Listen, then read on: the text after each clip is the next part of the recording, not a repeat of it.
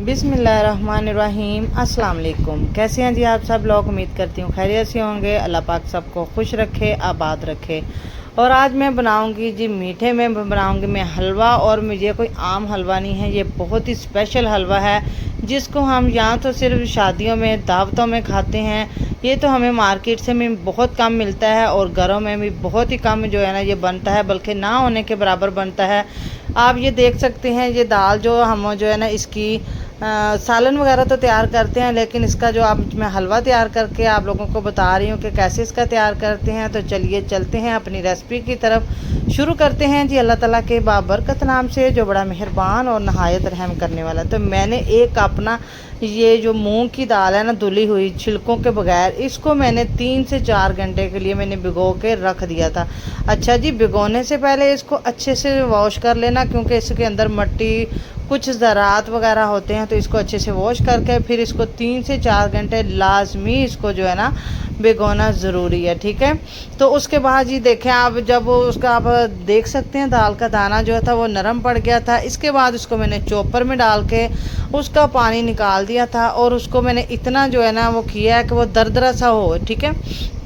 आप इसको जग में भी कर सकते हैं, ज़रूरी नहीं कि चॉपर का होना ज़रूरी है। जग में थोड़ा सा पानी शामिल करें दाल के साथ, क्योंकि जग में जो है ना पानी के बगैर नहीं ब्लेंड होगा। तो आप ये देखें जी, मैंने 1 कप लिया है घी, 2 अदद सब्ज़ इलायची शामिल की हैं। आप लोगों के पास अगर पाउडर मौजूद है तो आप लोग पाउडर यूज़ कर सकते हैं, लेकिन मेरे पास पाउडर नहीं था तो मैंने ऐसे ही सब्ज़ इलायचियाँ इसमें शामिल कर दी हैं। उसके बाद मैंने 2 चम्मच इसमें सूजी के शामिल किए हैं।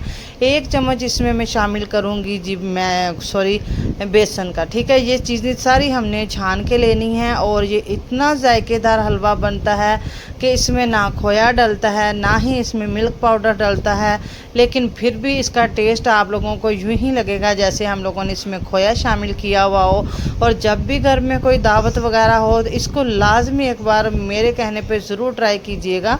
और मेहमान आप लोगों से वो रेसिपी पूछे बिना रहेंगे नहीं कि आप लोगों ने ये हलवा कैसे बनाया, किन किन चीज़ों से आप लोगों ने तैयार किया। और बल्कि 1 प्याली की बजाय वो 2 प्यालियाँ खाएंगे।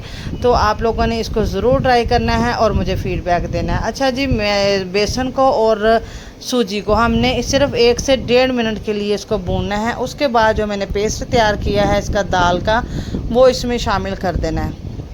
वैसे मैं आपको कहूँगी कि इस हलवे को आप लोगों ने नॉन स्टिक पैन में ही बनाना है। मैंने सादे पैन में बनाया और मुझे काफ़ी जो है ना वो मुश्किल होने लग गई स्टार्ट में। अच्छा जी, ये जो हलवा है ना ये थोड़ी सी जो है ना मेहनत वाला काम है, लेकिन जब हम इसको खाते हैं ना तो आप लोगों को वो मेहनत कुछ भी नहीं लगती, बल्कि आप लोगों को खुशी होती है कि हमने इतनी मेहनत करके इतना जो टेस्टी जो है ना हलवा घर पे तैयार कर लिया।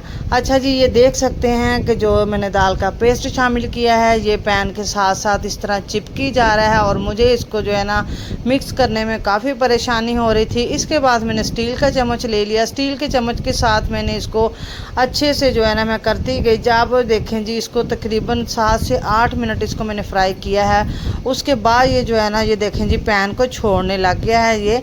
और जब इस तरह पैन को छोड़ने लग जाए तो आप ये समझ जाएं कि ये भूनने के बहुत करीब है। स्टार्ट में ये पैन के साथ चिपकेगा, और लेकिन आप लोगों ने परेशान नहीं होना कि ये क्या हो गया है, कैसे हो गया है।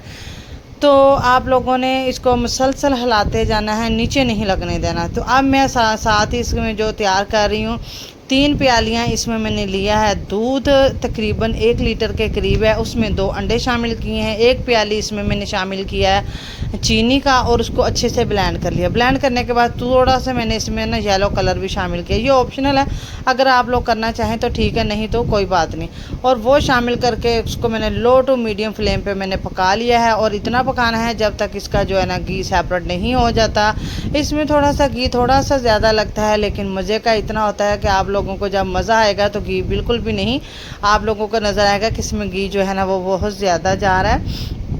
बहुत ही टेस्टी बना था। इसमें जो खोए के बगैर खोए का जायका, और जो आप लोग जब खाएंगे तो यकीन जाने कि आप लोग खुद ही इसकी तारीफ़ करेंगे। थोड़ा सा मेहनत तलब काम है, लेकिन आप लोगों ने घबराना नहीं है, इसको ज़रूर ट्राई करना है और मुझे इसका फ़ीडबैक ज़रूर देना है कि आप लोगों को मेरी ये रेसिपी कैसी लगी है। आप जब तक ये ऑयल नहीं छोड़े घी नहीं छोड़ देता, तब तक के लिए हम लोगों ने इसको कुक करना है और बिल्कुल लो फ्लेम पे। ये आप देख सकते हैं, पास से देखें कि इसकी जो ऑयल इसने छोड़ दिया है और इसकी लुक चेक करें माशाल्लाह कैसे दानेदार ज़बरदस्त इसकी लुक है।